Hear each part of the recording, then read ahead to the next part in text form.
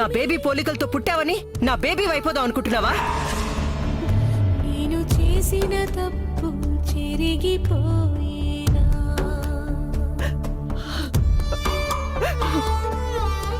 అమ్మగారు, ఎంత పెద్ద తప్పు చేశాను తులసి. నేను ఎంత పాపం చేశాను.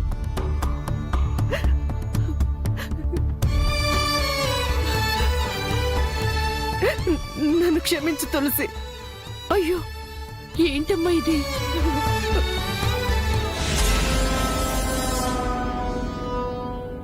కళ్ళ ముందు కన్న పేగు తిరుగుతున్నా కనిపెట్టలేని గుడ్డిదాన్నయ్యాను. ఆ నిజాన్ని నువ్వు చెప్తా ఉన్నా కూడా పెడచెవిన పెట్టాను. నా బిడ్డకి తల్లవ్వడం కోసం నువ్వు కన్యగా మిగిలిపోతే నీకు అక్రమ సంబంధం అంటగట్టాను. దేవుళ్ళంటే నా భర్తని అనుమానించాను, అవమానించాను.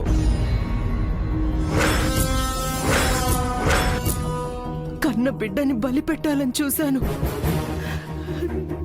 నా పాపాలకి ప్రాయశ్చిత్తం లేదు తులసి. నా జీవితానికి నిష్కృతి లేదు. ప్రపంచంలో ఏ కన్ను తల్లి చేయని పని చేసి అమ్మతనానికి కళంకాన్ని తెచ్చిపెట్టాను. అయ్యో, జరిగిన దాంట్లో నిజం తెలుసుకోకపోవడమే మీ తప్పమ్మా. మీ తల్లి బిడ్డలను విడదీసిన పాపం నాది. మంగను మీకు దూరం చేసిన నేరం నాది. మీరే నన్ను క్షమించాలి. అయ్యో లేదు తులసి, నువ్వు ఆయన మాట పాటించావు అంతే. నేనే సరిగ్గా ఉండుంటే ఇదంతా జరిగేది కాదు. నా అహంకారానికి ఆయన అవమానాలు పాలయ్యారు. మంగ అనామకురాలిగా పెరిగింది. భార్య, భర్త, పిల్లలు అంతా చెల్లాచెదురైపోయాం. ఇదంతా నా చేతిలో చేసుకున్న స్వయం కృతాపరాధమే. బిజినెస్ లో నంబర్ 1 గా ఆకాశం అంత ఎత్తెదిగానని విర్రవీగానే తప్ప మనిషిగా పాతాళానికి దిగజారిపోయానని మర్చిపోయాను. ఒక భర్తకి మంచి భార్యని కాలేకపోయాను. మరో బిడ్డకి తల్లిని కాలేకపోయాను.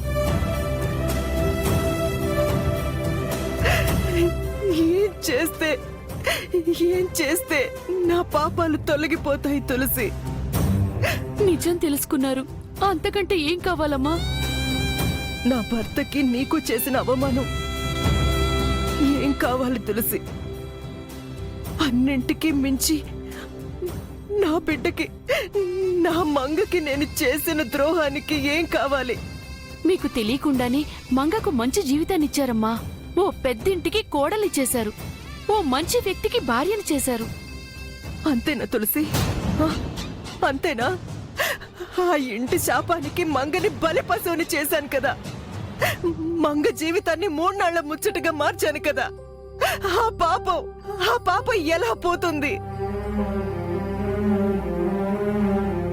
నేను చేసిన మరో పాపం గురించి చెప్పాలి. మంగ దృష్టిలో నిత్య బతికి లేదు.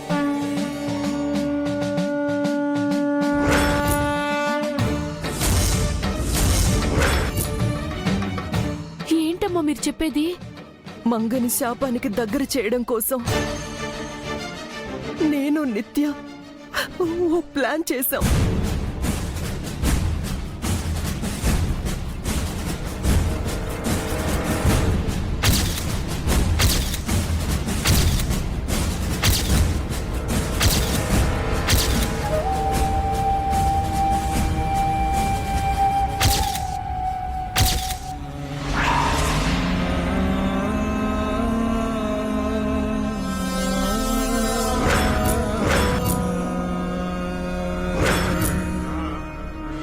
అలా నిత్య చనిపోయిందనుకుని నా ప్రోత్సాహంతో మంగ జైకి దగ్గర అవ్వడానికి ప్రయత్నిస్తుంది.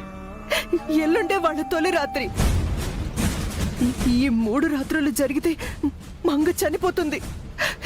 ఈ విషయం చెప్పి నేను నిత్యని కూడా రమ్మని చెప్పాను. ఈ పాటికి నిత్య ఇండియాలో ల్యాండ్ అయి ఉంటుంది.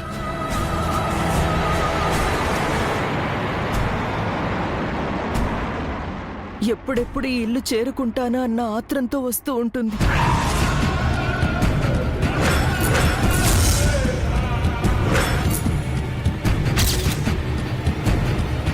మంగ చావు కోసం, జైతో జీవితం కోసం నిత్య ఎదురు చూస్తుంది.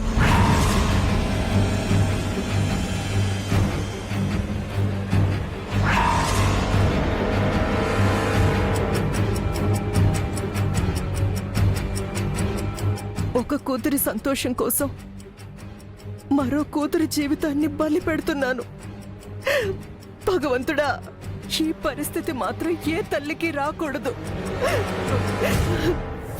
అంటే నిత్య మంగాని ఒకేలా ఇద్దరున్నారన్నమాట. ఇద్దరు స్వరూప కూతుర్లా. ఒక తెక్కడే ఉందే, ఇంకొక ఇప్పుడు వస్తుంది. ఈ డబల్ ఫోటో సినిమా వాడుకుంటే మనకి డబల్ ప్రాఫిట్ వచ్చేలా ఉంది.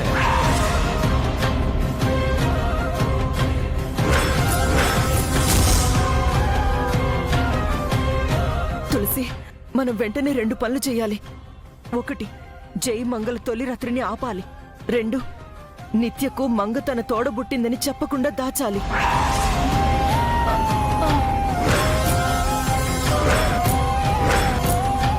నిత్య మంగ తన సిస్టర్ అని తెలిస్తే తను ఎలా రియాక్ట్ అవుతుందో, పాజిటివ్గా తీసుకుంటుందో నెగిటివ్గా తీసుకుంటుందో మనకి తెలీదు. దాని మూమెంట్స్ని బట్టి చెప్పాలా వద్దా అని డిసైడ్ అవుదాం.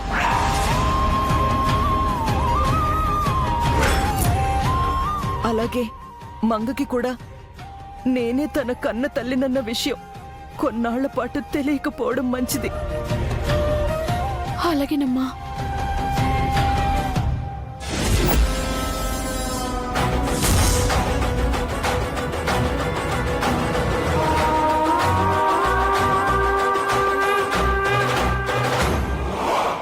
నిన్ను చూడాలని మంగ ఎప్పటినుంచో అడుగుతుంది. అలాగే మంగని నా బిడ్డగా నేను ఎప్పుడు చూడలేదు. నువ్వు నన్ను మంగని విడదీస్తే నేను నిన్ను మంగని విడదీసి బాధ పెట్టాను. ఈరోజు నేనే మీ ఇద్దరిని కలుపుతాను. ఇన్నాళ్ళు 2 బిడ్డలకు పంచాల్సిన ప్రేమని ఒక బిడ్డకు మాత్రమే పంచాను.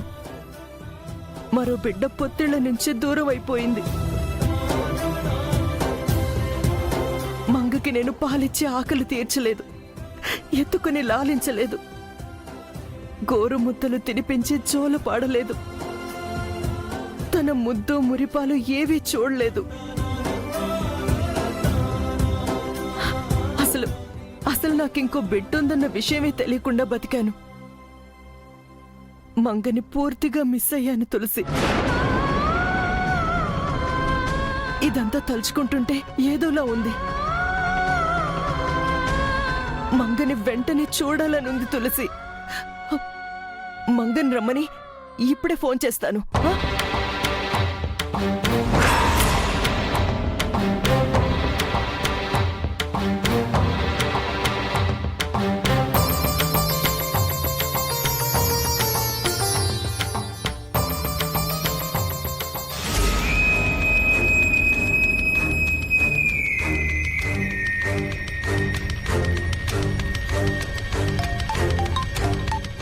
హలో మంగా,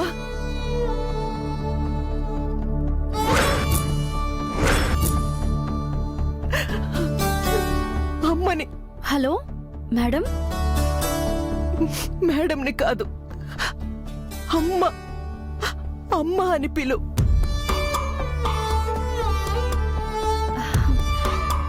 అలవాటు అవ్వాలి కదా మేడం, చెప్పండి. వెంటనే బయలుదేరి ఇంటికి రా. ఎందుకు మేడం? నీకొక సర్ప్రైజ్ ఇస్తాను. సర్ప్రైజా? అవును, ఇది నాకు సర్ప్రైజ్. తొందరగా వచ్చే. అలాగే మేడం, ఇప్పుడే బయలుదేరుతాను.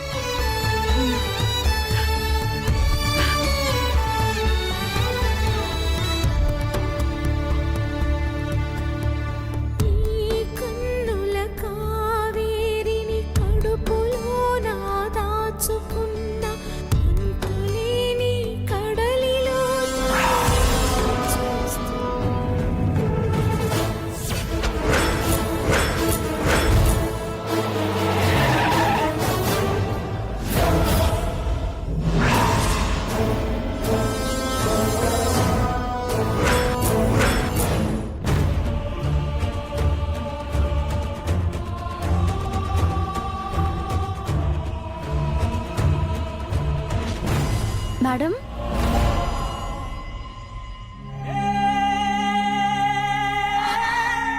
మంగా,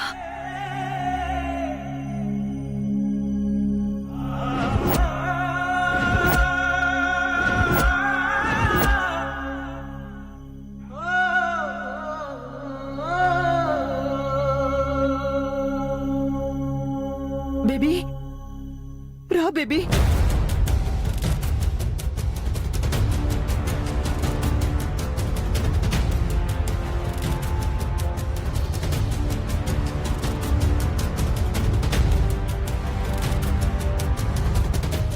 నన్ను బేబీ అంటున్నారు. ఇక్కడ మీరు నేను తప్ప ఎవరు లేరు కదా మేడం.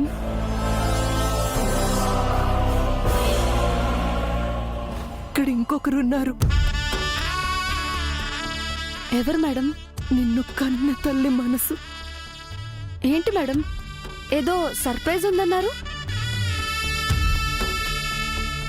చెప్తాను మంగా. నువ్వు హ్యాపీగానే ఉన్నావు కదా? ఉన్నాను మేడం. మా అమ్మ నా దగ్గర లేదన్న ఒకే ఒక్క లోటు తప్ప నేను చాలా సంతోషంగా ఉన్నాను. మీ అమ్మని చూస్తావా? ఆ ఒక్క క్షణం కోసమే కదా మేడం 1000 కళ్ళతో ఎదురు చూస్తూ ఉన్నాను. మీ అమ్మ నీ ఎదురుగానే ఉంది మంగా. నీ కళ్ళ ముందే ఉంది. మేడం,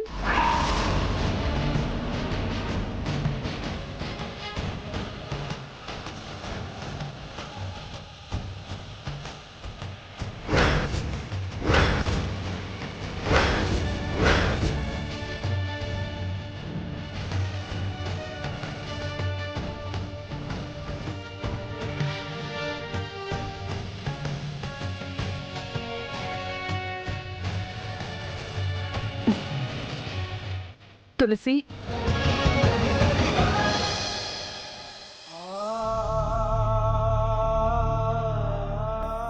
మంగా,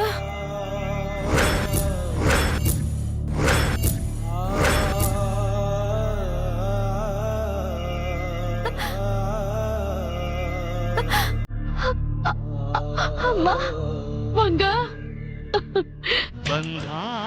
అమ్మా, మంగా.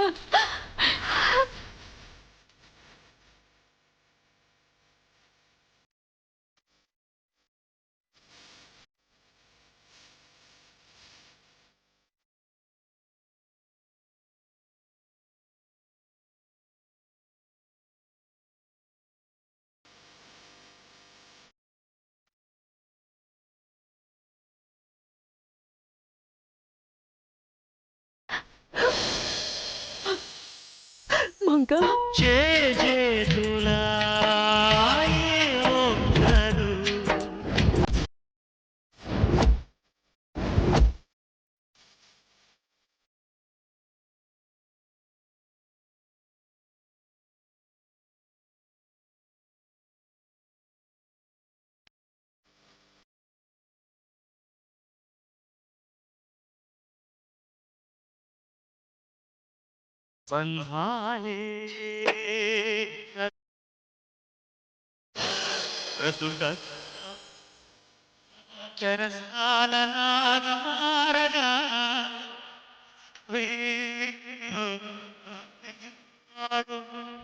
ఇదేంట్రా బాబా, నిన్నటి వరకు కత్తులు దూసుకున్నారు, ఇప్పుడేమో కౌగులించుకుంటున్నారు. ఎన్నాళ్ళైందమ్మా నిన్ను చూసి. ఎక్కడికి వెళ్ళిపోయావు నన్ను వదిలేసి? మర్చిపోయావా నన్ను? నిన్ను వదిలేసి నేనెక్కడికి వెళ్తాను మంగా? మర్చిపోవటానికి నువ్వేమైనా జ్ఞాపకానివా? నా జీవితానివి. మరెందుకు పారిపోయావు? నా మీద కోపం వచ్చిందా? నా మీద అలిగావా? అంత తప్పు నేనేం చేశానని? తప్పు చేసింది నేను మంగా. మీ ఇద్దరిని నేను విడదీశాను. అయ్యయ్యో లేదు మేడం, మా అమ్మని బతికించిన దేవత మీరు. అవును మంగా, నన్ను అమ్మను చేసిన దేవత ఆవిడ. అమ్మా, నీకు నేను మాత్రమే అమ్మను కాదు, ఆవిడ కూడా అమ్మే.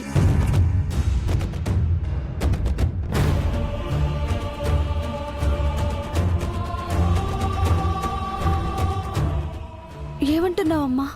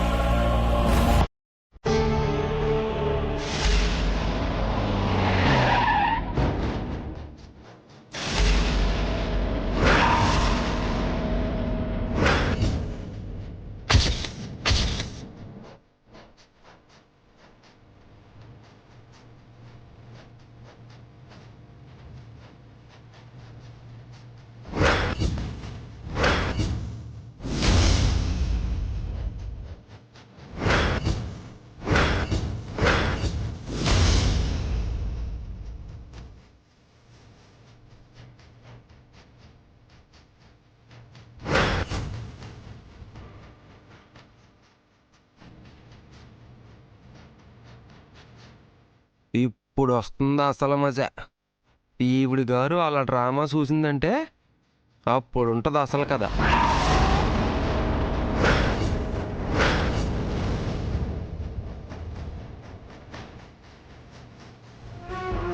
నీకు నేను జన్మనిస్తే ఈ దేవత పునర్జన్మిచ్చింది మంగా. నీకింత మంచి జీవితాన్నిచ్చింది. నువ్వు నేను తనకి రుణపడి ఉన్నాం. ఎన్ని జన్మలెత్తినా తీర్చుకోలేని రుణమిది.